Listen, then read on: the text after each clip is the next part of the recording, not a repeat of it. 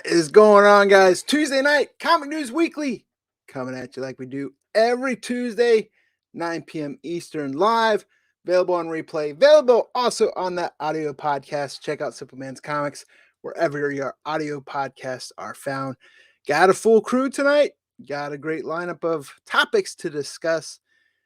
It's very Marvel heavy, with a good DC topic, I think. We're going to talk about that trailer that hit during the playoffs last night. That's right. We're going to talk about some Moon Knight with some fake ass British accents. We're talking about the return of Silk again on comic book shelves. There's a big Donny Cates Thor, Donny Cates Hulk battle for the strongest Avenger coming up. And then we're going to get into James Gunn, Peacemaker. Absolutely brilliant show. We'll get into that in just a little bit. Before we get into those topics, one, as you're coming into the chat, if you're watching this on Leaf Play, on Leaf Play, on the replay or on demand, do me a favor, click that thumbs up button. And if you're new here, consider subscribing. Let's bring the panelist in here right now from Tales from the Flip Side YouTube channel. Let's welcome Brian McClay. Good evening, my brother. Brian McClay's a little happy. He was just searching through some cards in his garage and came up with a pretty good rookie card. Couldn't believe it, man. It wasn't even in a penny sleeve, like nothing. I was like, and I was on the phone. It was funny. I'm on the phone with my homie Dollar, and we're talking about investing in cards, and I'm like going through stuff. I got a headset. I'm going through stuff. I'm like, holy shit. I think this is a Giannis rookie. I'm like screaming in his ear. You know what I mean? I just cussed in the first 2 minutes. I apologize. It's still riding that high. Still riding that high. Those are always great to find. Yeah. I was telling that's why I like buying boxes of cards, because you just stick rookies in a box and go back later and go, crap, I never knew I had that. Yep. Like I forgot I had a Panini Contender Redemption Debo Niners rookie autograph. And I was like, cool. So yeah, and that's what, like probably another $500 easy. Yeah. I have to look. I think they're going about 2, but who knows, man. He had a hell of a game this past week. But yeah. We could sit here and talk, but I guess we should bring the other people into this show. You guys know him from that Indie Spotlight series on comicbookinvest.com. Also, make sure you guys check him out on Instagram. But we have Mr. Tomberlin himself, Southern Charmed, in the house. Damn you for that, first off. But in the words of Jimmy Johnson, how about them Cowboys? Yes. Dak a bitch. Yeah. But... yes, Debo Samuel for the win all day. Yeah. And he's normally on the East Coast. He's out on the West Coast right now, out there living in Los Angeles. I won't say living, but staying in Los Angeles. We got Mr. Dan from Dank Comics on YouTube. What's up, buddy? What up? I'm in LA, and speaking of Cowboys and basketball, I always wanted to write a Chinese cowboy story called The Legend of Colby Bryant. And I'm like, serious. Yeah, just a little interesting fact. I love your interesting facts. Yeah. The crew would not be complete without Mr. Alberto Jefe himself, the button pusher, the master of puns, the master of dad jokes, Mr. Comic Man Andy. What is good, everybody? Happy Tuesday. It's good to be back, ready to push some buttons. Speaking of the Cowboys, gentlemen, a horse walks into a bar. The bartender says, hey. Horse says, sure. That's so punny. All right, hold on. To be fair, 2 and 1, 2 for 1 right there. To be fair, it's Tuesday. I'll just stop horsing around and we can get moving along. Yeah. Mm-hmm. But shout out to them boys. They still them boys. And surprisingly enough, Redskins have a higher playoff win percentage record than them boys. Well, I'm sorry. Washington football yet to be named. Yeah. They don't have a name yet still? And that's not over lifetime. That's over like whatever. We're here to talk about comics and collecting. Premier League's better than NFL in my book, anyways. Whoa. Yeah. But whoa. Anyways, yeah, we're just creating all types of hate and discontent. Uh-huh. You guys having a good week? I know it's Tuesday, but man, it's supposed to be a short week. You guys, I was off yesterday, federal government holiday. I know some of you guys worked. But short weeks are always make for long weeks, it seems. Yeah. Humor Last fact. week was a catch-up week for me, so this will be a long week again. Heinz or Ouch. generic? Yeah, I mean, just quit while you're ahead. There's no such thing as being ahead. So, Dan, have you gotten used to the 3-hour time change? Yeah, I got used to it pretty quick. I mean, it's always sunny, and then it's like too much sun. Actually, you're just like, damn. Actually, I didn't think there could be too much. I'm kind of sick of this. Yeah. Yeah. It's Yeah. also that way in Philadelphia. It's always sunny. Ah. That's so I've heard. We're just full of jokes here tonight. Hey, man. Battle of the night, man. But yeah, hey, we got some great topics to discuss. We were talking about football earlier. We were talking about them boys. But last night during that Rams game, they launched that trailer for that Disney Plus Moon Knight show. A lot of people have been looking forward to this. I will tell you that I'm one of those bandwagon Moon Knight fans. I wasn't one of the guys that have ride or die with Moon Knight forever. I did like the Marvel, the 2011 series that they came out with. And then, of course, I always collected the Sankovic covers, but I was never a big Moon Knight reader. But I am excited for this trailer. I thought the trailer was great. I always like the actor in here. Of course, we always like Ethan Hawke. But there's been a lot of internet rumors, a lot of people not liking the fake British accent. I've heard some people compare him to Dick Van Dyke from Mary Poppins. But accent, take it out of the equation. I thought the trailer was fantastic. Super excited for this. I think it's going to do really, really well for Moon Knight books going forward here within the next few months. I mean, certain covers and certain art, certain books from that Moon Knight series are always popular, but I think this is going to have a resurgence. I think you're going to see a lot of trade paperbacks being sold because of this, people trying to pick up on that story. But what are you guys' initial thoughts on that trailer? And do you think it lives up to the hype? McClay, start with you. So it was nice. We went live last night, and as soon as we went live, like we started talking about the trailer, like 15-20 minutes in, and people in the chat are like, the trailer's getting ready to go live right now on the game. So we live streamed it, did a reaction, and went over it a couple times. I thought it was awesome. I thought it was great. I thought it was cool to see that little fight scene, more of that fight scene where he's just pounding that. It looks like a werewolf or an Anubis or something. I thought that was awesome. I think it looks great. I thought you got a better look at his suit when everything started going around him. He kind of like turned and you could see his eyes. You could pause it and really see the suit really well, and how it's just a little. I like the way it looks. I think it looks great. I'm really excited for it. The only thing that I'm bummed out about is that the bad guy that Ethan Hawke is playing is supposed to be that Marrow guy or whatever his name is, who's literally only been in one book ever.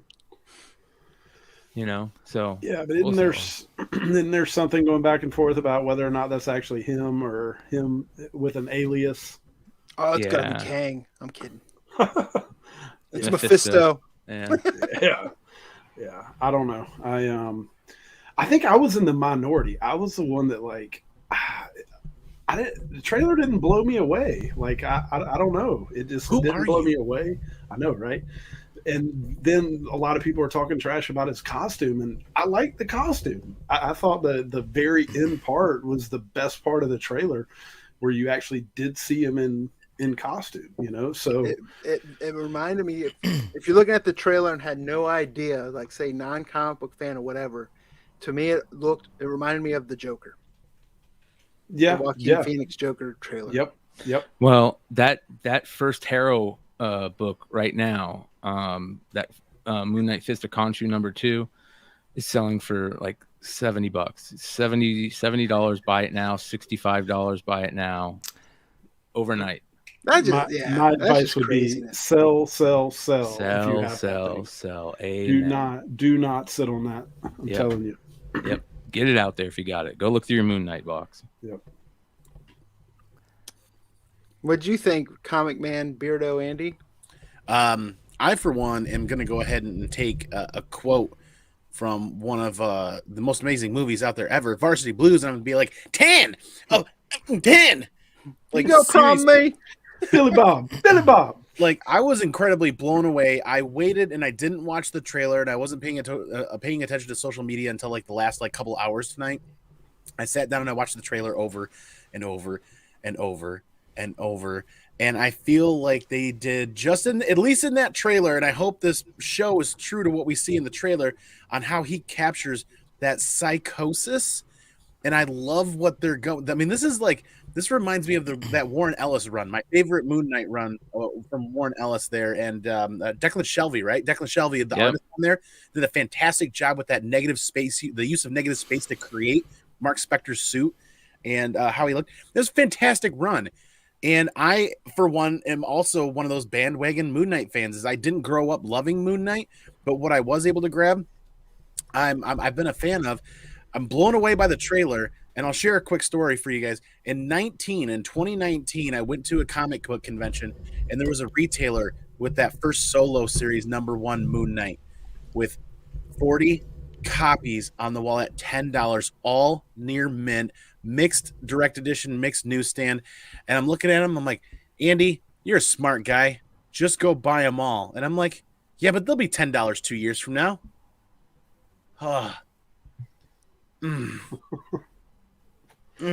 I cannot wait. And this show was what, 3 months away? March. March? Yeah, like a month and a half. This is gonna blow this is gonna blow my socks off show wise, because we've got Book of Boba Fett coming to an end in 4 or 5 weeks. So then we're gonna turn that corner and roll right into Moon Knight, and I feel like this is gonna be just a game changer of entertainment value on streaming media platforms on Disney Plus. This is going to be killer. I'm with Andy and I'm with you guys. Sell. If you got the books and you're looking to get rid of them, now's the time to do it. I'm going to be looking for that buying opportunity after people are done talking about this, after the series ends, because I did not buy enough Moon Knight books, and I definitely want to get back on that Warren Ellis run and a couple other runs and start picking that stuff up just for the PC. Did you guys see that Raza Moon Knight 7 cover? Have you guys seen that? Yeah, I like it. Oh my god, man! It's going for like $20 too. Isn't Actually, here, yeah, beautiful. I'll tell you this too. It's like there's random Moon Knight books going off as well. Like the #1 from this latest series, the Delato. Yep, that book's going for like $20 right now. Yeah, the Lemire #1. Yeah. Yeah, I like that. The blood spatter on him is pretty good. Yeah. It's very like Clockwork Orange looking. Mm-hmm. But I tell you, I was really surprised by that Delato one, because I mean that book just came out. You know, I think it had a pretty good print run on it, and already jumping up around $20. That's surprising. And there's not a ton of them out there either. Dan, if you need to pick your nose, now's the time. Your face is covered. Well, I was gonna tell Andy, you never know. You might have bought those Moon Knights, and then looking over if there's any defects while you're crossing the street and got hit by a truck. Oh, look at this. Yeah, you don't know. Always look at the bright side. Look at this. I'm alive today because I didn't buy him, is what he's saying. I think what I love is the Guyver vibes. You guys remember the Guyver in the 90s? Yeah. The costume totally looks like Guyver shit. It comes out just like the Guyver shit. And it's got that bulky 90s Guyver look, I remember like 2012, 2011-ish, the 80s Moon Knight series, you could get for like 99 cents a piece, the issues #1 on like Comic Collector Live. Ooh, somebody got a 9.4 for best offer. I wouldn't sleep on Ethan Hawke's character, because post Ethan Hawke needing to be cool, he's put out some wild ass performances. I don't know if you've seen The Good Lord Bird, and but he is wild in that show, and he just lets loose. He doesn't care about looking ugly. I think we're gonna see spit coming out of his mouth as he's shouting, and he's gonna blow everyone. I think they're hiding how Ethan Hawke is gonna chew the scenery, and I think Oscar Isaac's accent is pretty good. Yep. Yeah, he's shorter than real life. Than I met him a couple of times. He's a little shorter than you think. He's my height. So I thought he was really tall, but He's do a great like, actor. I was gonna say I do like pretty much everything Oscar Isaac's been. It looks very funny. It looks like it's gonna be funny. It's gonna look like it's gonna be intense. It looks like a film. Doesn't look like a TV show. And I think it's interesting because I think Disney Plus right now, I feel like even MCU, right, off the gate, they weren't all perfect. You know, it was like good, okay, and they started to figure out their rhythm. So after Infinity War, they had to reset. They're doing a reset. I think these Disney Plus shows is a way for them to test out what they're supposed to do and what they shouldn't do.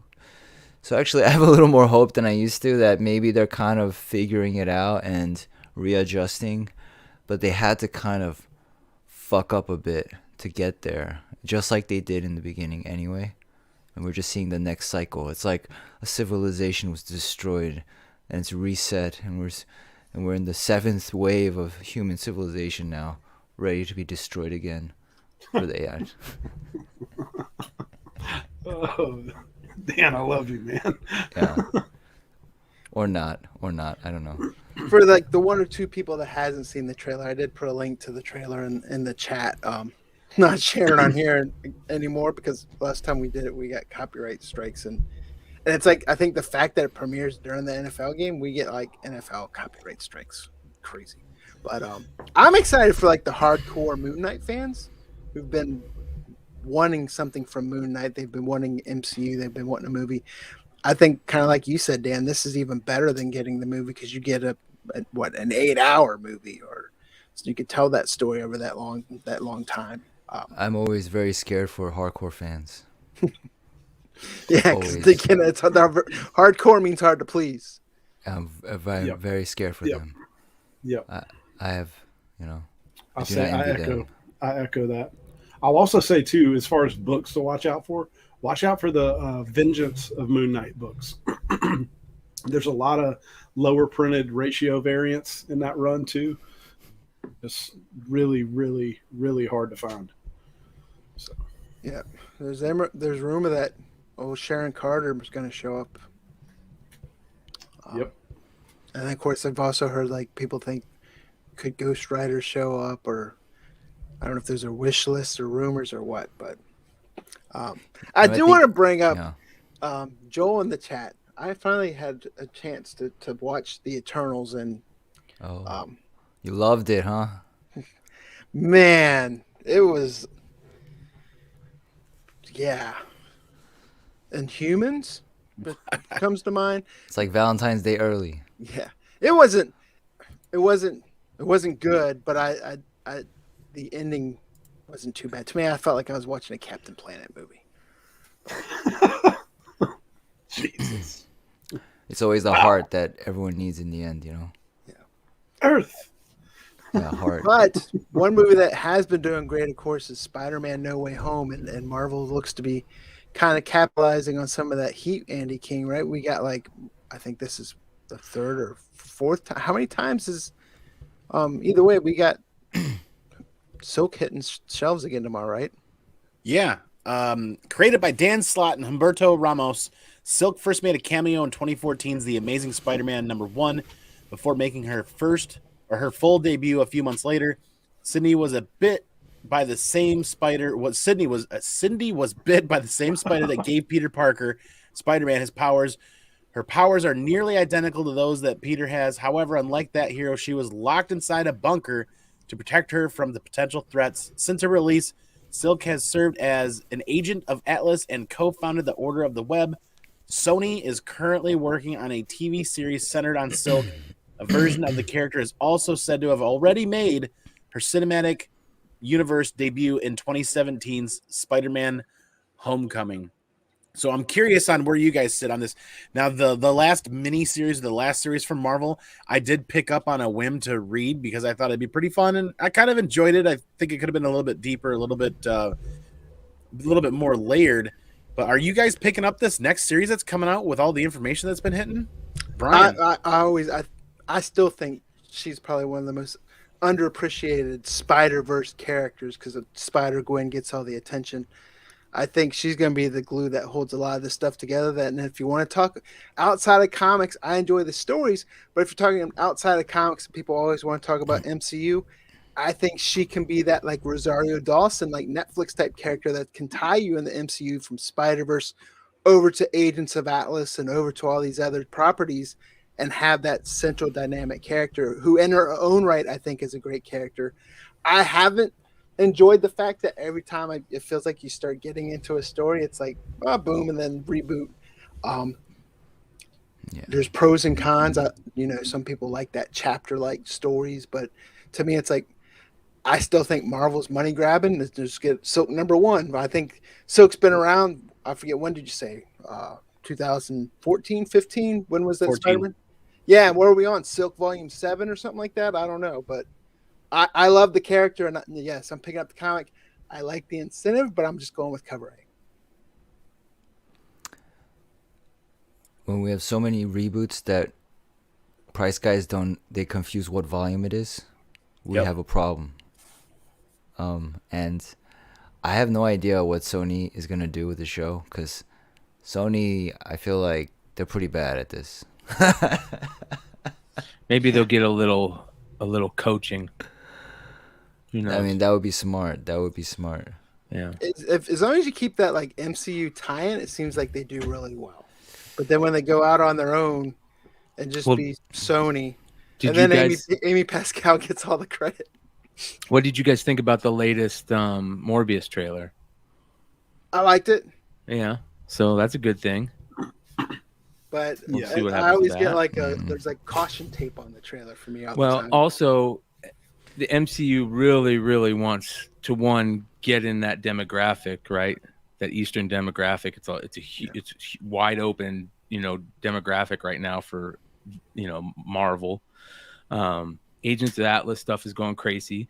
Swordmaster stuff is going crazy. That White Fox stuff is going crazy. All that stuff is just doing really well in not only the Marvel universe, but now in the MCU with Shang-Chi. I think we were really surprised with maybe not how good Shang-Chi was, but I think a lot of us went into that thinking it was going to be garbage. And I thought it was going to be Iron Fist. Well, that's another thing. Swordmaster taking over Iron Fist, that's a big deal. I think that could be a really, even though I'll love Danny Rand for a long time, but I think that this could be huge for the character, for the team, that Agents of Atlas team. That book is cruising. Yeah. So is that White Fox book. Well, and that's talking about Danny Rand. I mean, the Matt Fraction run on that was just phenomenal. Like, we talk about Fraction's Hawkeye run, but his Iron Fist run was awesome also. Yeah. I'm with you, Brian Wood, about I think she's like the key to tie a bunch of shit together in the MCU.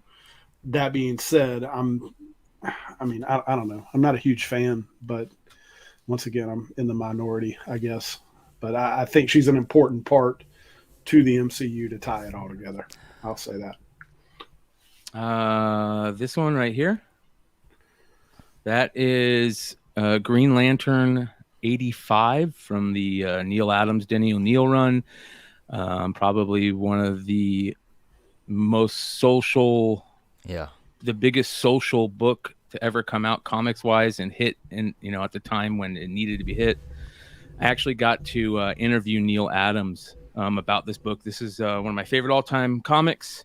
I've talked about it a long time. I was a heroin addict for over 10 years. And, when I got back into comics, finding this book was a big deal to me all of a sudden, And then I got to interview Neil Adams about that book and what he was doing at the time and what was going on in New York. He was living in New York City where the, heroin problem at that time was at its worst. And him and Denny O'Neil really wanted to write a social, comic. And, they saw the problem right in front of their eyes and how bad it was. And, it's funny to tell that story and talk to Neil Adams about that. And then think about now when it's 1,000 times worse than it was then. Did he charge you to interview him? No, thank God. That would have changed everything. I wouldn't have wanted to do it. The comics that are keys because of their story are the best. They're like the best keys. Yeah.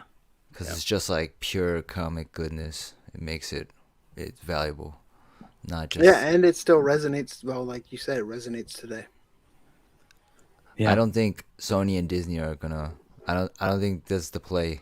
I don't believe the studios are gonna play Silk as a link to MCU and Spider-Verse. I think they already did it with other properties like Venom and Spider-Man, and Marvel doesn't own Silk. They're gonna do Agents of Atlas without Silk. They're gonna have all the other Asian characters that they own fully, and they're gonna utilize them to hit the Asian market. And Sony, because they're trying to disengage Spider-Man from MCU. That's why they reset Spider-Man. Spoilers. So I just don't think that's the play, in my opinion. When I look at how the studios go and how they're sort of just greedy. They're just greedy. They don't want to share. That's not what they really do. Yeah, you're right. I agree. I think you're full of shit, and I think everything I said is right, and you're wrong. I'm just kidding. No, that's okay. That's all right. I don't mind. I like being wrong. It helps me rise like Batman, or something. Plus, 9 times out of 10, I'm usually wrong on that stuff anyway. So I'm like, oh, well. But like I said, take the movie stuff out of it. I still like Silk as a character, and one of my favorite covers is that Stacey Lee variant from that 2015 Silk #1, the upside down Silk. There's a hip hop variant that does pretty well for her too, I believe. Have any of you guys worn like the COVID mask and like a hood and then accidentally looked like a superhero and like looked in a mirror somewhere and you're like, holy smokes, I look like a superhero right now? Yeah. You done that? That's not since I was 16 years old, brother. I mean, that's the thing now. Not since I was fighting weight at 10. I think it always looks funny with guys like Andy and them that have those big beards that wear masks. I shared a picture with El Beardo. I could be that hillbilly one named Possum, Frontiersman. You can be the frontiersman. Yeah. It's like I wear it, I just look like I'm cooking meth. You got to put on those skinny jeans. You got to be a fat guy in skinny jeans. I could be the shirtless bear fighter. There you go. Yeah. Speaking of bear fighters, we're gonna find out who's a better fighter, Hulk or Thor, in a new event coming up, Banner of War, a 5-issue event that's just running across several. It's just 5 issues, which is pretty awesome, by Donny Cates, and they're gonna try to settle who is more powerful. And I think what's interesting is Hulk kind of represents science, and Thor is cosmic magic, and in theory, technically, there are always like ways why they're the strongest, or they can become even stronger, like Super Saiyan 36. So, that's gonna be fun. I think that's cool. 5 issues. It is. Not through every freaking issue of the whole MCU, and you don't know what's like, and it doesn't need to be 1,000 tie-ins. Yeah. This seems much more palatable, You know why it seems much more palatable. They took a look at their numbers and realized everybody's getting keen to this tie-in crap, and everybody starts dropping it around issue 5. And they figured that's their best profit margin with a tie-in is after issue 5, cutting and running instead of spending all the extra money to do 6, 7, 8, 9, 10, and 11, and 12. Yeah. Because I, for one, am tired of the Marvel tie-ins. Granted, this sounds like a really fun story, and it's Donny Cates. Like, you read the article, and he's already blowing up and throwing out some jokes and saying this is going to be absolutely amazing, and it's just kind of par for the course for Donny Cates, and I get it. He's supposed to sell his brand and his work and work really hard at that, and I think he does a really good job at that. But when every title sounds like the same massive blow-up explosion, the best thing that's out there, I just kind of like, I'll wait and see what the community's reaction is before I go adding it to the pull list, to be honest. That's where I'm at with these tie-ins and with Donny Cates writing. I will pick up the collected version because I like these type stories. But just like you said, have you ever heard Donny Cates say, this isn't my best work coming up, but y'all should pick it up anyways? It's like, the fool don't get fooled again, right? Because the whole Venom time, everyone was like, oh. Then they pick up the issue and like, nope. But the next Venom issue, and I just want to pause and tell Tankers, thank you so much for the super chat. Really appreciate that. But another important thing to note is Hulk and Thor are celebrating their 60th anniversary this year. So they're trying to build up those storylines for that. We got, of course, the picture that kind of reminds you of Planet Hulk or even the last Hulk movie. But I'm more of a Thor fan than a Hulk fan, but I'm anxious I'll pick this up and read it, but most likely I will try to pick up the collected edition because I like picking those up because it's spread over like Thor, there's a one shot to kick it off, and then the rest of the 4 issues are spread between the Thor and Hulk. So it's going to get you to Thor buy and Hulk, yeah. into those series as well. Which Donny is fair. Cates, I think of course, that's is writing fair. both of them. Yeah, I mean, it's just 2 characters. There are 2 titles. Yeah. So, be anxious to see. But also you're going to see a bunch more Hulk and Thor stuff throughout this year as they celebrate those 60th anniversaries. One thing I'm excited about being a huge Thor fan, they do have a Thor 60th anniversary special coming up that's going to have, Simonson and Straczynski and a whole bunch of Thor, Jason Aaron, between authors and artists doing like a big 60th anniversary issue for that. So I'm excited for that. My problem is I've read Hulk and it is bad. And I've read Thor, and Thor isn't bad, but it's not great. And you talking Kate's Thor or Jason Aaron? Both. Oh. Kate's Thor and Kate's Hulk, which is going on right now, right? So, and they're both not great. And big part of me is like, I want Kate's to succeed. I want him to, like I say, stick that landing, because I love how Kate's usually starts stories, but this Hulk one is rough. It is rough, man. It's out there. It's like he's like the Pixar for comics, right? I mean, you can't always do, which one of the best writers in comics right now, but shit, Ridley Scott doesn't always make the best movies and then gets pissed off at Marvel for it, but still a great director. I think he's trying to out Garth Ennis, you know what I mean? Yeah, let's be honest. It's a dumpster fire, and I'm done with Cates unless he's writing indies. Like, Redneck's still great. That's what I said. Done with him unless he's writing indies. Like, I don't know, man. This superhero shit is, I don't know. He's proved he can't do it time and time again. I don't understand why we expect that, he's going to really kill this one. Like, I don't know. So he's got a JJ problem. Also, thanks to Jeff for the super chat as well. Definitely appreciate it. Maybe that all goes right back into the channel for Andy's beard grooming supplies. Yeah, but it does go back into the channel for the awesome opening title graphics and stuff like that. So just definitely appreciated, or back into the community. But what about kind of tipping the scale here? JJ. We talked about Hulk and Thor. We can come back to this, but are you guys excited for She-Hulk hitting? I don't know if I'm killing someone's comic book day pick for tomorrow, but She-Hulk #1's coming out tomorrow. Yeah, shout out to that Bird City book. I saw the Bird City one that looked pretty good. Is 616 part of that too? I believe so, and it's got a story aside. I love the Adam Hughes cover, of course. Yeah. I don't know. You know what I mean? Like, I was never really into the excitement. I was never really into She-Hulk, other than like the risque kind of funny John Byrne cover, saga. And the J. Scott Campbell.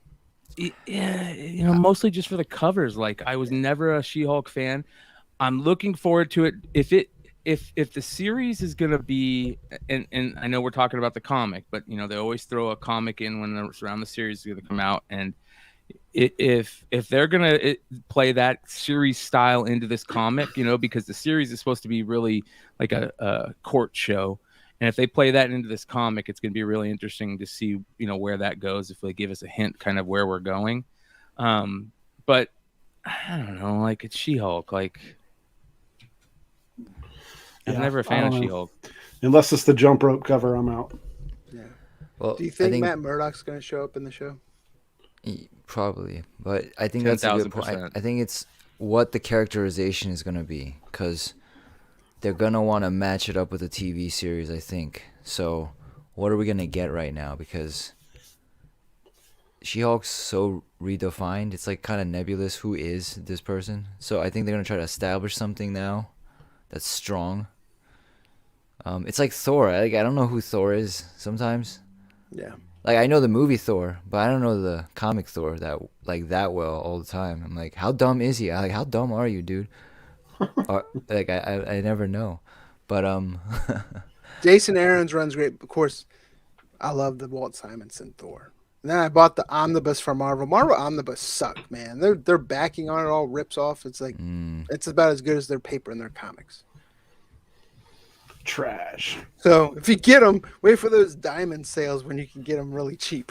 But, Yep, they don't make them like they used to.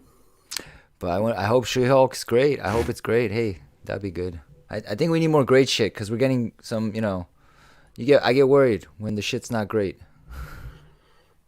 yeah, but the thing I think we get so, I won't say selfish, but we want everything to be great. And then sometimes there's just so many comics that you can't afford everything to be great. Yeah, but you know what? We're all spending like $60 to $100 a month on this shit. So yeah, I want great.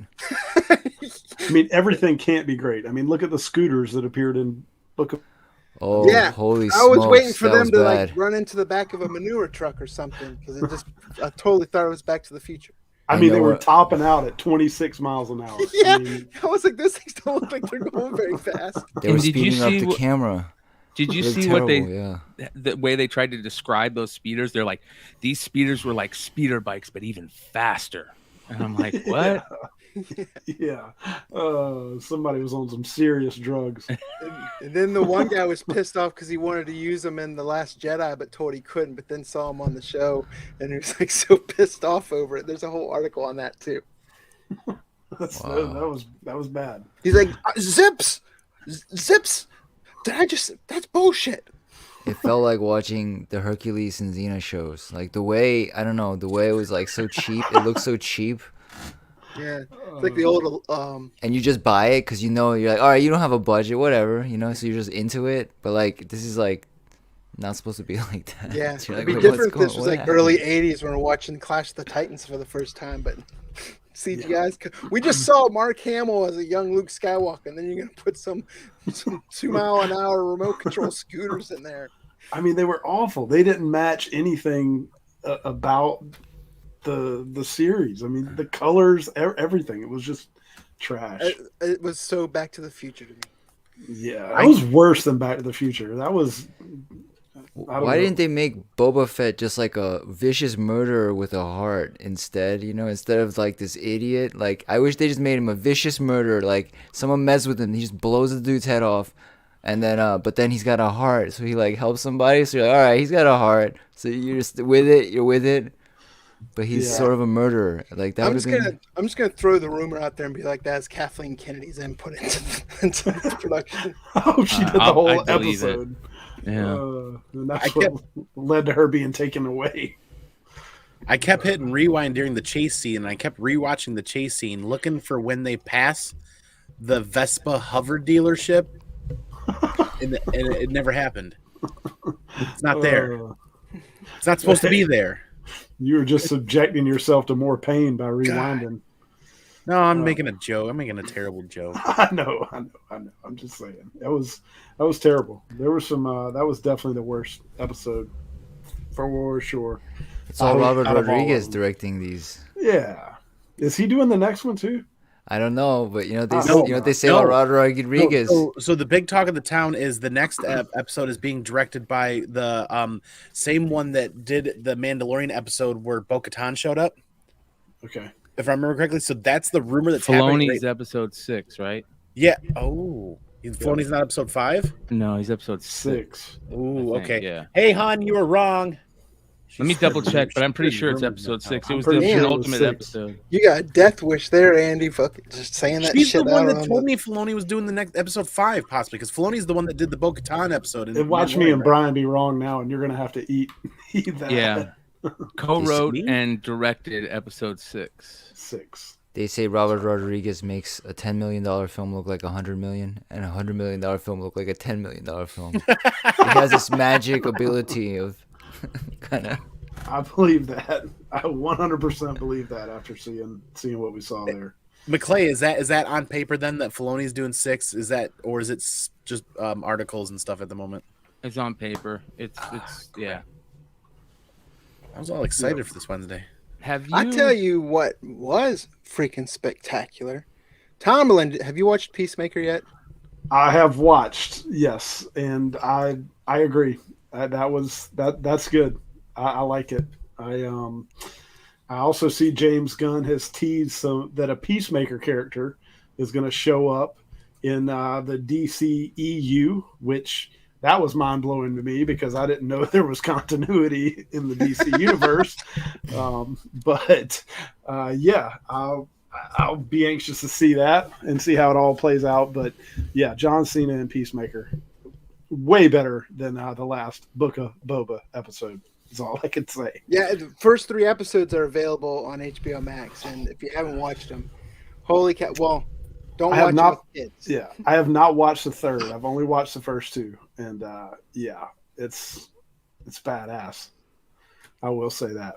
Put it this way, if you liked the Peacemaker character in the Suicide Squad, take it and ramp it up about 10, and that's what you get. 3 episodes. All the episodes are written by James Gunn, and the first 5 I think are directed by James Gunn. And he even teased in that article that yes, the one character is supposed to show up in Black Adam, but he also referenced, take a look at Guardians of the Galaxy. No one really knew who those were, and look where they are for the Marvel side, being big players within Infinity War and Endgame and everything else. So also goes back to what Tomberlin said. It's hard to tell is there continuity between the DCU, but I think they've kind of re-baselined as well. And I think if there's a good enough jumping off point, I think Peacemaker is a great way to build off of because the show is hilarious.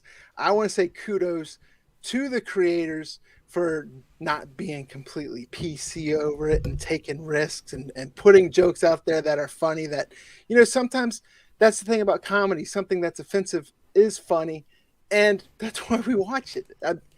Hilarious. They make fun of themselves. They make fun of each other. That's definitely adult humor in there. I mean, just talking about butt babies. Yeah.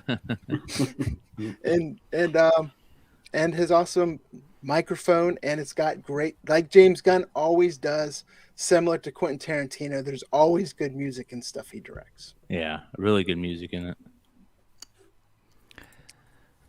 I think this shows you like the benefit of DC's now, I think, auteur approach to their properties. They're just letting auteurs take over different segments of their properties and realizing like shit, just let them do their thing. And I think that's paying off, and it really worked with Joker. It worked with Aquaman. It worked with Wonder if you can Woman. keep the Warner Brothers executives out of the way. I think they're doing that. I think there was a shift in leadership recently, and they're just kind of letting the auteurs take over. And I think that's a smart move. And Peacemaker is like something like that. And the thing about offensive stuff is like if you make the characters like openly shitty, then you can do it. It's like Always Sunny in Philadelphia, Yeah. They're like all racist and horrible, but you love them because But it's on the horrible. nose. It's not like, and it's hilarious, and not to mention the smiley face, the smiley face flashlight that's in there. I mean, there's so much stuff. I was probably laughing like every 5 minutes, and it's entertaining. But hands down, John Cena's best role so far. Which is great because he evidently auditioned for like Shazam and lost a couple other roles before he got the role of Peacemaker. It's like DC's taking their animated division strategy into live action. Do you think wrestlers are going, dude, if you want an acting role, go reach out to James Gunn because he's Batista, John Cena. I mean, he's definitely making them characters. Batista was so good in Blade Runner 2020, whatever the fuck. he was sometimes he's such a good actor. I liked him as a Wow. Bond villain because he Yeah. didn't speak much, but hands down, Drax was definitely. Cena's quick. Cena has that quickness. Yeah, he's just so funny. He is good. He's a goofball. Yeah. I even like the commercials where he's riding the cow. The whatever Yeah. that's Yeah. And Very probably one of fun. the best intros. I never skip the intro on HBO Max just because I want to watch him do the dance intro all the time. Are you serious? I can't get 30 seconds into that without shutting it off. It's terrible. It's so good. Absolutely terrible. I haven't even seen the first 2 minutes of episode 1 because I can't get past the intro. I got friends, coworkers at work like, Andy, you're gonna love this, and I'm like, no, shut it off. This is terrible. I mean, from the Eagles name to some of the other stuff, they try to show me snippets from the episodes. I'm like, this is bad. This is really bad. So that leads me to believe that I need to watch the actual full episode to get what the hell's going on.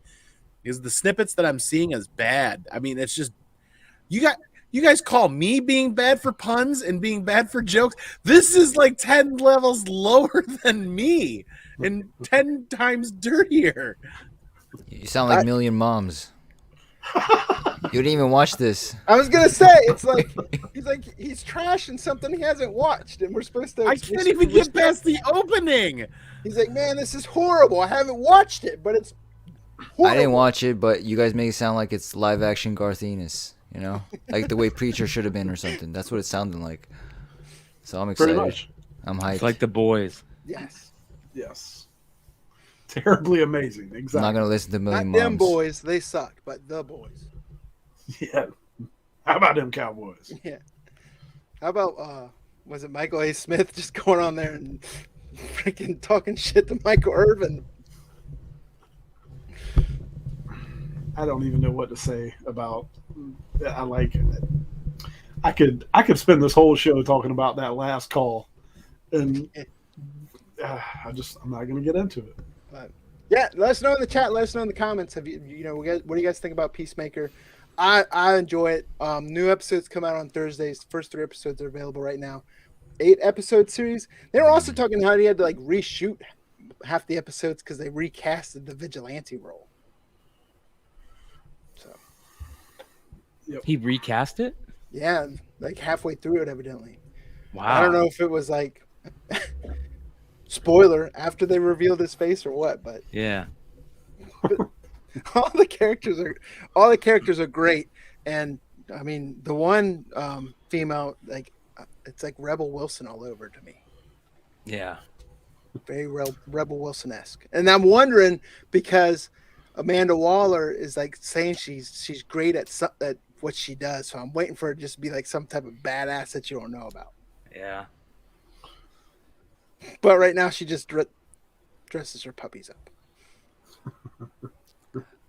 Amanda Waller's in the show.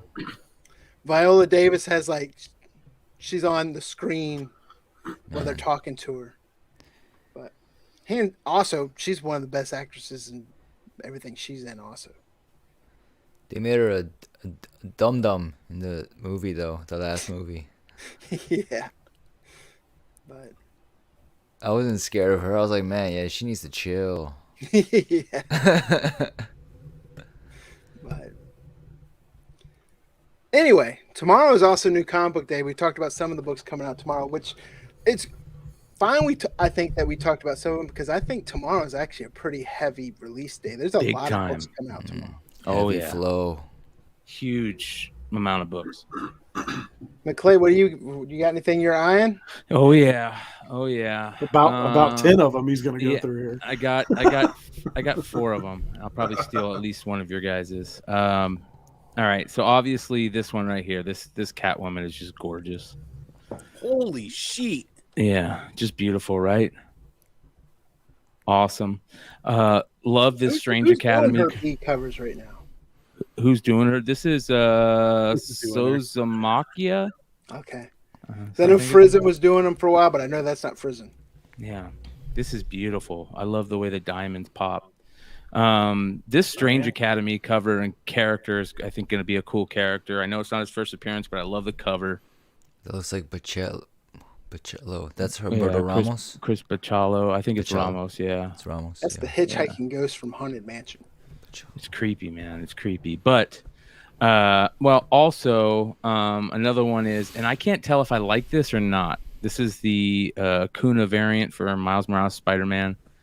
I do like it, but kind of like the same reason, similar to why you like that Wolf variant, but I just like, I don't know, the colors. Mm-hmm. Yeah. But the cover of the week for me is that G.I. Joe Kirill Repin variant. That has that Hughes vibe from that Baroness cover that he did. That has, as Mel would say, as he says it, Black Man Kryptonite Kat Dennings vibe to it. I was watching Two Broke Girls yesterday. Yeah. I love her voice. Yeah. It's so soothing. It makes me want to put You a must be knife in my blind. ears. Put a knife in your ears. Yeah. So this is not the A cover. There's another Baroness cover that's pretty good. The sturdy Is that cover. Jang? Did Jang do the Destro cover? But now that looks like kind of like the art germ. Yeah. Yeah, that one's good. The Destro cover is John Jiang. Not bad. It's okay. Definitely not as good as this. I mean, this is look at this. There's a Pimp Daddy Destro John Jiang. Yeah, Holy cow. Is that a regular cover or is that an exclusive? Variant B, it says. I have to get one of these. Wow. Pimp Daddy Destro, for those of you guys who don't know, Pimp Daddy Destro was a version of Destro that they had made. I got the figure that you hate San Diego because it's a 6-inch figure. Yeah, well, the original one was like the third version or fourth version of Destro that came out, and the original they went as far as to make a packaging, a couple in the package. They went that far, and then they changed it for some reason, and the name came for Pimp Daddy Destro because he's got this fur coat lining that looks like leopard print, so people started calling it Pimp Daddy Destro, right? And it never made it to the shelves. They changed it. They colored it black, and they changed the final colors. Well, it becomes such a big deal and one got out to the public. One of the carded versions got out to the public, and it's very, you can look it up. It's very famous. But they did a special 6-inch figure for it and a special San Diego Comic-Con figure for it. But this is beautiful cover. Beautiful. I'm going to have to find a couple of these. So be on the lookout for G.I. Joe 289. Yeah. If I ever write a comic book series, I'm going to have a character go Pimp Daddy in an issue just once and never again, just so we can make figures of it. I like it. Yeah. I like it. Yeah, the Big Daddy's limited to 750. The classic is limited to 1,200. Are they exclusives? Yeah, that's what I'm looking. Of course, Sad Lemon has them. Oh. Old Simon, fart heard around the world. Mm-hmm. Yeah. But John Jang always kills it on his G.I. Joe covers, like the Cobra Commander shit. Eastside Comics looks like it has it. Yeah. $100. What? Wow. Already? Oh, with a remark. Yeah. You can get it 60 for the 2-pack. Eastside Comics. I don't want the remark though. Yeah. Wow. That's nuts. I did put here the to- Eastside what you Comics looking link in the chat if anyone wants it. What's up? Is it a Berserker week for you? Nope. No, actually, for my new comic book day, it's a little bit more manageable than I thought it was going to be for where we're at this early in the year. But Excellence number 12 is out tomorrow. Excellence has been on quite a bit of a hiatus, and I still feel like that's one of the better ongoing indie titles that's not being talked about, in my opinion. Fantastic series, and I'm excited for it to be back. But also, you can't talk about Excellence as a fantastic indie read without talking about Kanto being back as well tomorrow. So I'm looking forward to both of those. Totally different ranges, but I like how you tied them together as great indie reads. Yeah. Full circle. Kind of Figure 8. Both those are written down, so I think they're great picks as well. I agree. All right, so Animal Castle 2 for me. I'm ready. I'm ready for that one. I think it's going to make or break the series. All covers are still available at Midtown. Yeah, the heat has definitely died on it. I mean, the first prints for number 1, I think you can get them for like $5 to $10 again now. So I just think it was flash in the pan, but this issue will determine whether or not it'll, as once again the Mel reference, if the beat will build on it again. Because if it's good, I think it will, and if it's not so good, if you invested heavily in it on the get-go, you might be in trouble. That's all. I'm a little worried for it. I'll be honest. Yep. But that's kind of indie comics. Yeah. Well, I think it was people trying to chase the next Stray Dogs. Oh, 100%. You know, it was and like, definitely but Stray Dogs was like so random.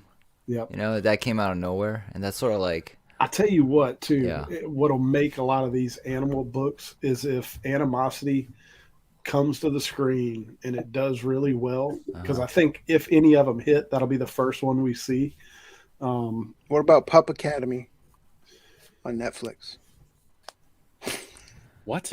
I thought you were gonna say what they need is Or sex. Paw Patrol. What about Paw Patrol? It says here you this can is kiss my ass on that. this is the little blurb for Animal Castle 3 to kind of see where they're going in the future, and it says with the animals in full revolt, will Miss B be able to keep her children safe while also trying to provide for them a future in which they can thrive instead of under the hoof of privileged in power, or will it all come crashing down as the powerful use their material advantages against those who do work? And it's just like, oh man, I don't know if I want to get into this in my comics again. Like, I know some people are like, keep politics out of comics, and I'm not usually like that, but I'm just like, I feel like that this is the type of story that I'm just hearing, it's being pounded in my head over and over again, and I'm just like, oh man, it's just so much. I chose to follow Good Boy versus this one. I put Good Boy. I put this one aside, and I picked up Good Boy from Aftershock. Aftershock. Did you get in on any of those Good Boy whatnot variants? I didn't. My logo wasn't done in time, so I decided not to, and I fully regret. Do you really fully regret it? Do the medals that Bartling. What do you mean? That Bartling cover is phenomenal, and did something happen that I don't know about? Really? You think that? Okay, yeah, they got me too. Hold on. Did you guys see this? And I'm not talking shit on whatnot or any of the people that were in it. Okay. Let me show you this cover. I like that. So they dropped that Aaron Bartling medal at C2E2, 4 copies of it. I got one, and 3 other sellers got one to put in the C2E2 auction as a secret drop. And boy, did it blow up. People were looking forward to that. I think it's a timing thing there. Okay, so here's the cover. And you guys just tell me what you think about this cover. All right. Ooh, the Wolverine one's. I'm going to tell you what my thoughts are on it after you guys just give me your thoughts on it. Come on, you damn SOB. Here we go. That's Aaron Bartling. Yeah, what do you guys think? I mean, I don't think it's typical Aaron Bartling. I'll say that. I'm not saying I'm not taking anything away from the cover. I think it's a good cover. It's not bad. I'm not saying it's bad. It's just not. It's not as good as I think everybody's freaking out for it. Here's what's very cool. It's really freaking cool that Vintage Comics and Toys and Mighty Mel V and Skeff Comics got their logo on the back of a comic, and now Mighty Mel V can say he's done a retailer variant. That is freaking awesome. That is one of the coolest things, right? That's cool. Congrats. This cover is not good. It's muted. It doesn't look good. Yeah, I would be like, oh man, all those guys up there, I'm firing them.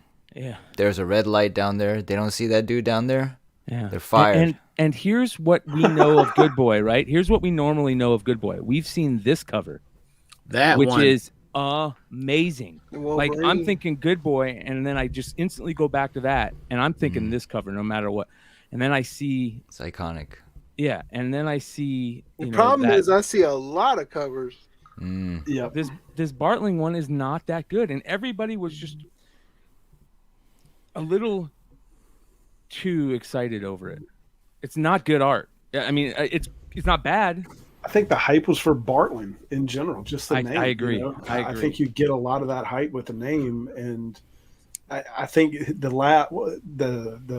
what was it? The last Rodin one that he did was like so cover of the year stuff. Good, man. Yeah, cover of the year stuff. It's hard to live up to that time and time again. I will say that, you know, but yeah, I think it was a lot of the name has got what's got people chasing them.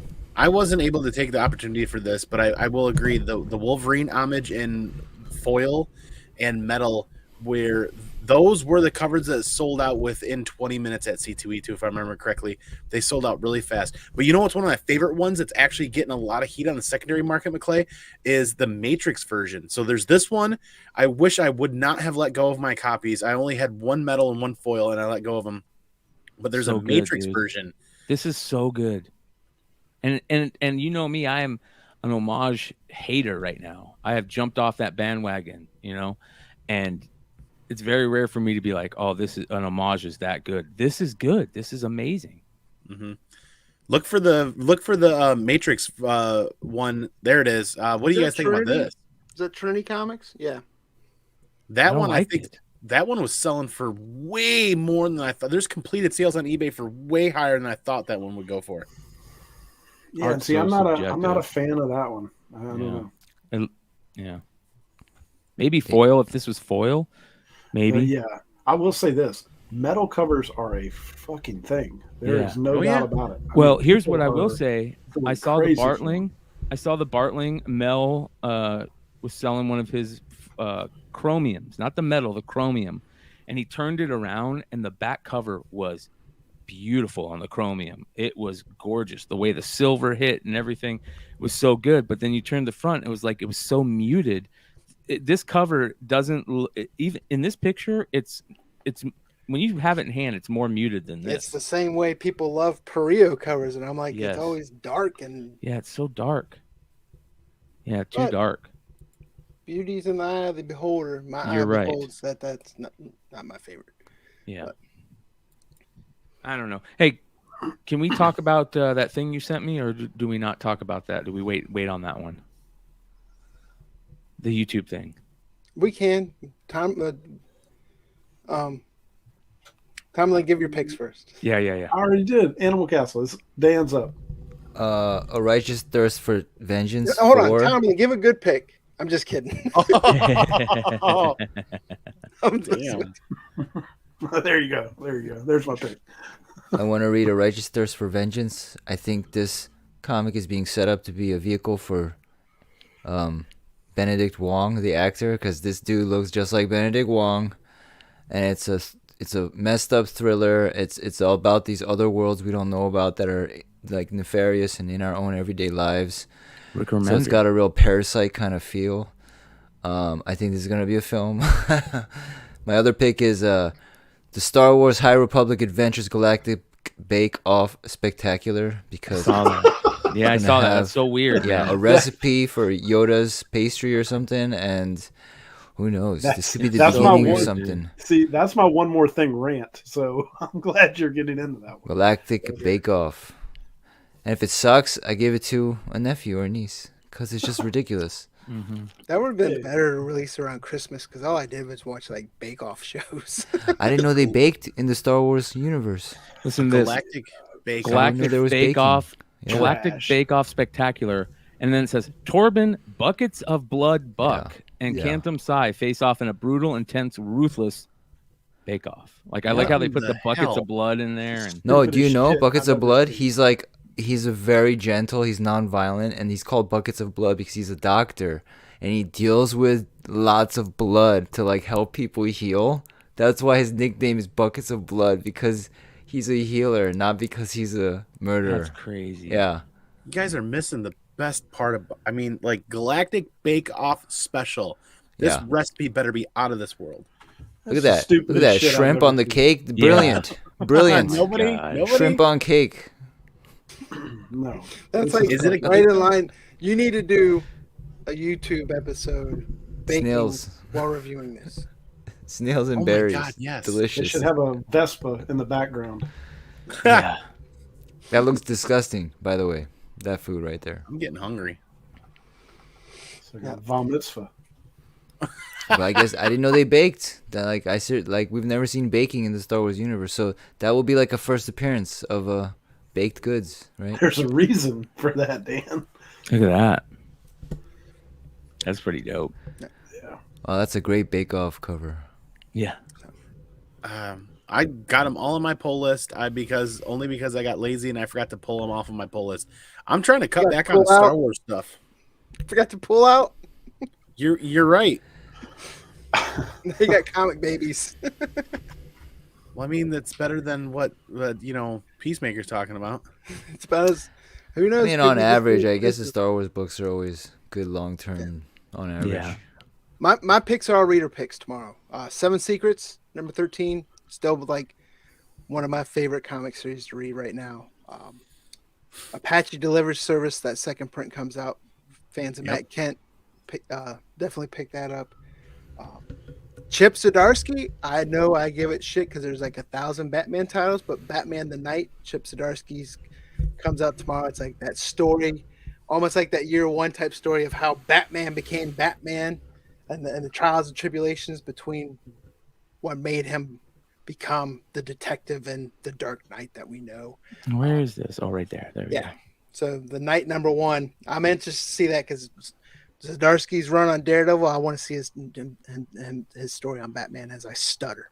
go. Yeah. This is a terrible Greg Capullo cover. Yeah. God. Even the incentive variant's not That's that Greg Capullo. Yeah. Is that Wow. Eminem? That's Slim Shady. Yeah. good. That's like the deadliest catch right there. Yeah. Deadliest catch I Slim do like Shady. the cover C. This is dope. Look at this. the Gerald Perel cover. Look at this That one. was 100% Marshall Mathers. Very interesting. Yeah, Here's I the like cover the C card right here. spot. Yeah. Andy, you're really stretching the 8 Mile on that one. I see where you went with that. I see where you went. And Oh, Jesus. other reader pick, I know Dan's talked about it. I've talked about it on other videos, but Basilisk. If you guys haven't read Basilisk and want to catch up on it, the trade paperback volume Trade. comes out tomorrow. So if you're a fan of Cullen Bunn, great story to pick it up and trade. Look at this cover. Yeah, that's a great cover. Whoa! Yeah, Yes. A cover. Oh, is it A cover? Yeah. right. That's the pretty A cover. gross. Here's the B cover. Yeah. Yeah, next But- week's but episode A's is the going to be one. the episode that Andy does not shut up. Andy and Andy basically take over next week. What are we talking about? Saga? Yes. Darn right. Well, yeah. Let's talk about that YouTube stuff because that was interesting. Okay, I Yeah. want to be. What happened? What did I miss? Well, I didn't send it to you, Andy, because I was working and didn't want to field 30 questions. Yeah. What? You was think a I'd do low- that to you? Low blow there. Yeah. Low Dang. blow. No fate. Technical Yeah, foul. you million moms. No fate. Whoa. Do you still have it, McClay? Yeah. Let me find it. Yeah. This is crazy, man. What happened? What happened? What are we We're talking about the trends. Stan Lee? Trends for YouTube, and Oh. it's funny because a lot of stuff that we're talking about, creative directions and stuff, these trends that they're discussing kind of fall in suit with that. So this is the thing that I thought was most important, right? We're predicting better shopping integrations coming on YouTube. YouTube has such a big influence on people's purchasing decisions, so we believe YouTube will leverage that better. We're not sure what that'll look like, but we believe it's coming. I don't want to sell anything. What? You do sell. It's You called do sell. Whatnot? yeah. What if you could take anything you need- give to Whatnot and keep in your own pocket? Uh-oh. Or just do it through one thing? But So here's what I'm thinking. Like, does Whatnot try to leverage this and go, hey, over here, buy us. Over here, yeah. buy our technology. I don't know though, because they've dropped a lot of capital into that. Well, Google's got a lot of money, man. Ooh. If they came by and Google. said, "Nuh-uh." yeah, if they come by and say, hey, we'll give you, $3 billion, $4 billion or something, Oh no! Wow. So that would mean that instead of having to do it on just your app on the phone or whatever, now it's on You can sit there YouTube. and talk about a book and have it automatically connected to some type of Yep. back-end YouTube e-commerce to where you can sell your book right from YouTube. Like, hey, Yeah, click here's it the right book now. we're talking about. Do you want it? Press that button. You- Hive Comics. Oh, you've got a 616 Comics. You've got a new exclusive. Oh, on a comics, Drew, you got a new exclusive. Let's do the sale on Simple Man's Comics on Tuesday night. Yeah. Think about all the people, the YouTube channels that do a lot of auctions. So, however, whatever type of e-commerce platform or whatever they use, you can preload it all in there. And then you don't have to worry about, dude, this guy bid up all my stuff on the auction, tied it up, but then never paid. If there's some type of e-commerce platform right there from YouTube that connects right then, you don't have that issue. Whose words are this when they say, "But we believe it's coming"? Is this YouTube? Right. If you look at this statement, what's really funny is like YouTube is we. So if you just replace it, right, and you say like, we have such a big influence on people's purchasing decisions, so we believe we will leverage that better. We're not sure what it'll look like, but we believe it sounds like a cult. It sounds it's very How a cult talks speculation. to you. Because they are we, and they're talking about themselves. Well, and listen they're to like, this. we They are say predicting the future. Right before it, they say there will be better storytelling among education channels and all channels. The days of talking head videos are done. If you're in a niche where there isn't much competition, this may still work, but at some point, there is way too much good content on the platform to just throw a camera in front of your face and record without a plan. Becoming a good storyteller is something many channels are going to be forced into if they want to succeed on YouTube. This is like good and bad, right? Like I'm a little like they're going to tell us what they want on their channel and what they don't, but then they're also throwing a little sugar our way going, but we're going to give you the ability to sell on there.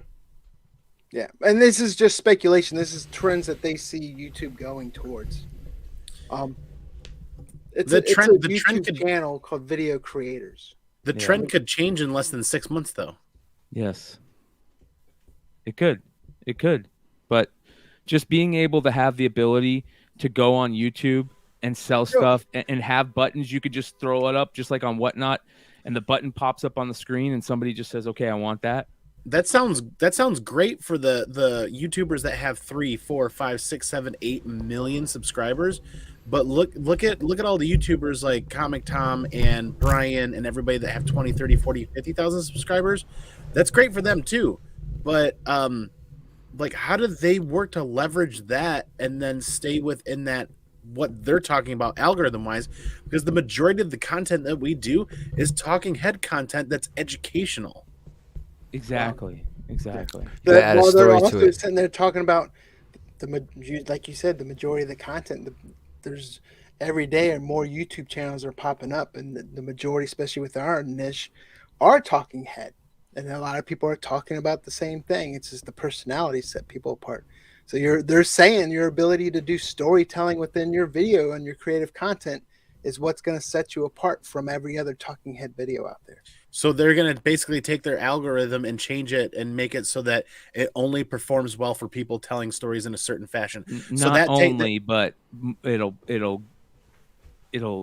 award those people more than that's not even an algorithm. That's just standard the way it is. So basically the algorithm is non-existent and they're tailoring it to how they want it to see fit. Which is always done. Story fascists. Yeah. They're basically tailoring their platform to perform in a way that promotes and supports the highest performers in there to grow them. So it doesn't mean you can't do what you want to do on YouTube. It doesn't mean you can't be successful in doing what you want to do. It just means you're not going to get YouTube support.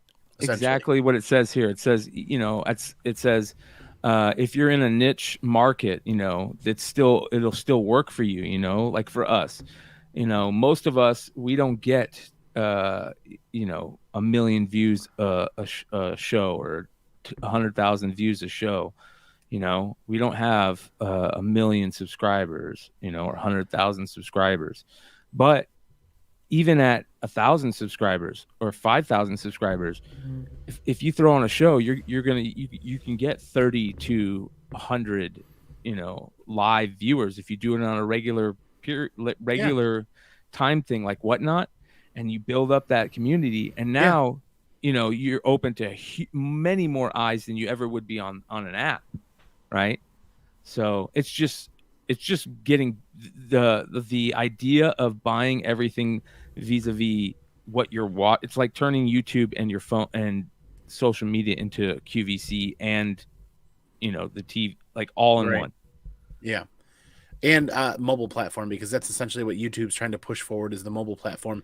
And they're sorely lacking, to be honest with you. There are better performing apps and better performing areas out there in the mobile platform. But this is just really interesting. I'm not on YouTube to get 3, 4, 5 million viewers. I'm not on YouTube to earn a living. I'm on YouTube to find the audience that wants to hear what I have to say or wants to hang out with me. And also, it's my gateway into this massive, super supportive comic book community that has tons of great energy and is super supportive. But it's interesting that they're going to basically throw shade at anybody that's not going to want to do what they want to do. I think this is directed at the mukbang channels. The what? The channels where they just eat food. Yeah. Where like a woman eats a lot of food. Did you say mukbang? That's what it's called, mukbang. Yeah. MUKBANG. I think this is an attempt to get rid of those channels. That's a thing? Yeah, they It's just like the eat. dirty It's a big bong thing. water. They get way more views than us. Yeah. I used to do it. It wasn't working though. I'm just kidding. Because you weren't sloppy enough, dude. You had to be I wasn't really sloppy. I was too and- fast. I didn't savor it enough. They ASMR. wanted me to slow down. I want But to I see eat somebody like- drink some bong water. I eat like Dragon Ball. I eat really Yuck. fast. Mukbang. Ooh. All It's right. like a shot. Oof. That's just going to leave us with one more thing.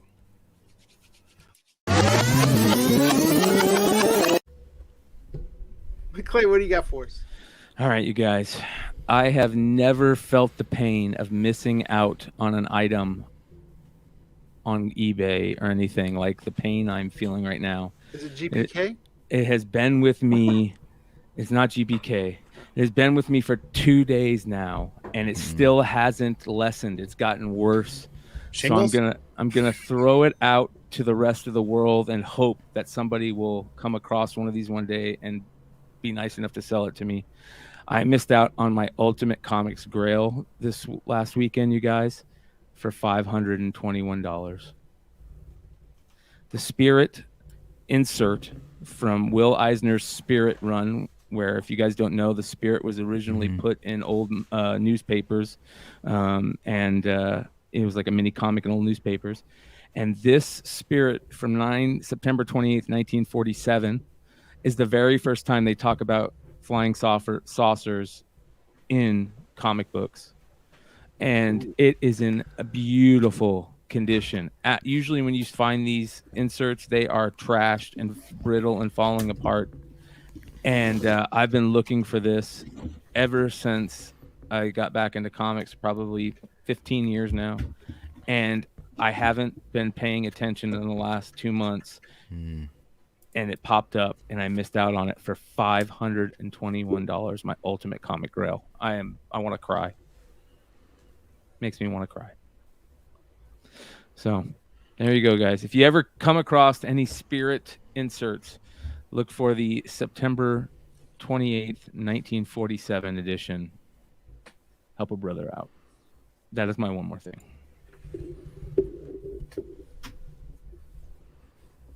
Beardo.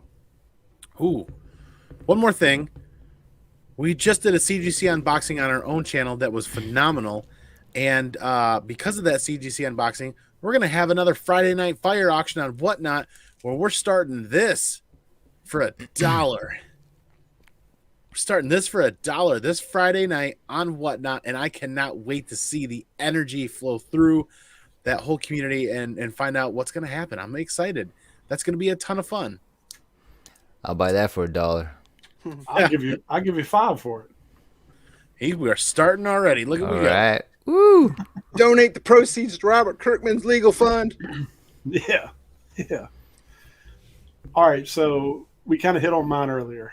Mine is Star Wars. What the actual fuck are you doing? Like a galactic bake-off. This is unbelievable. First we get Vespas on Boba Fett, and now we get a galactic bake-off. I mean, can it get much worse in basically the span of a week for Star Wars? I'm blown away. Like, how does this happen? A dating app. If they do a dating app, it's over. We're done. The possibilities are endless at this point, as far as I'm concerned, for stupidity. Dating app in Star Wars universe. I just don't. I don't get it. I'm like, what? Who comes up with this stupid shit? I mean, who thinks Star Wars fans want to see a bake-off? I mean, maybe some of y'all do. It really reminds me of the Star Wars holiday special, though. You know. No, And Lucas hated that. Lucas hated that. This is way worse than anything other than the Vespas that I've seen from Star Wars. Like, I just don't get it. And I have been the biggest fan of Star Wars High Republic Adventures, the IDW stuff, but it's like they quit. They have quit. I don't know. I'm just, it really pisses me off, in case you couldn't tell. It's like the substitute teacher. Yeah. Wait, you didn't see that Star Wars holiday special? It was pretty bad.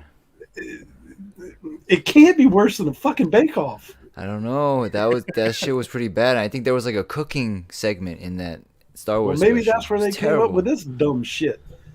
From that. Oof, it was bad. Yeah. Anyway, but that's my one more thing.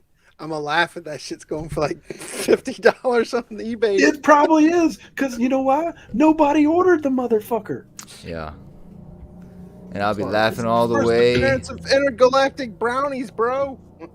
There's weed in them brownies. Starweed. Force weed. I mean, they did just destroy all those plants. I don't know. What I do you give got, up. Dan?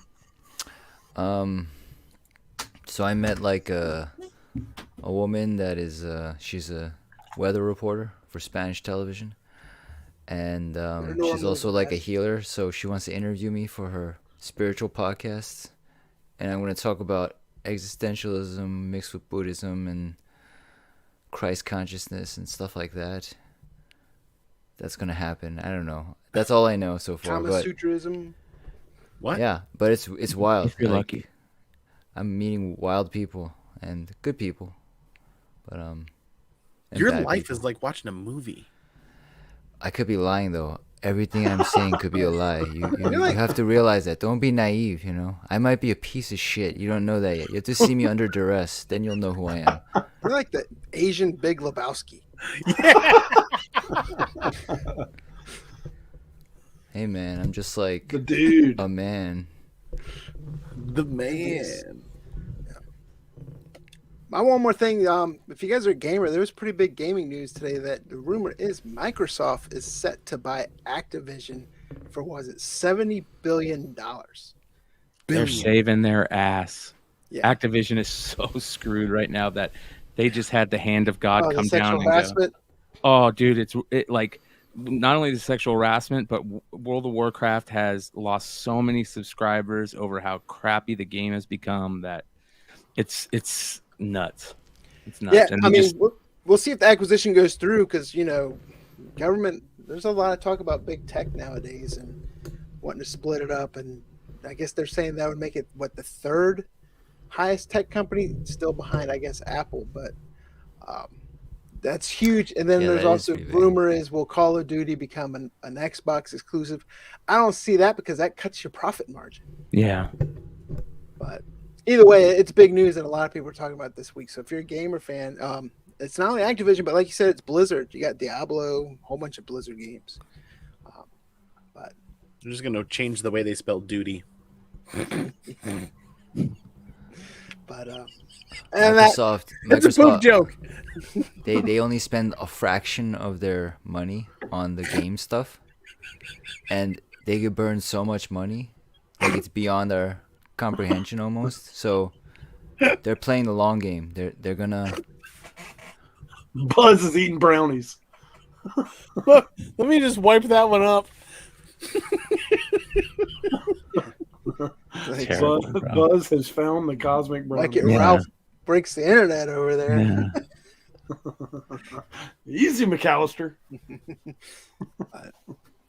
There's our show for you tonight. I want to thank Jeff and Cantankerous again for the super chats. I want to thank everyone else that's in the chat, making this conversation as lively as possible. Always appreciate you guys coming into the chat. Appreciate you guys commenting on the replay, tuning into the audio podcast. We will be back again next Tuesday. Audio. We will try to stay on the rails, which is not a promise by any means. But thank you so much for joining us. This has been Brian Silverman's Comics and Andy and Brian and Dan. And we will see you guys in the next video. Peace. It's time to flush this one. Look, they talking. Look, they talking like they don't know a king when they see one. See him in person, he take it back like a refund. Ballin' with my brothers, all my playing D1. Daily checking chicken, he gon' spin it watching reruns. Say they real, but they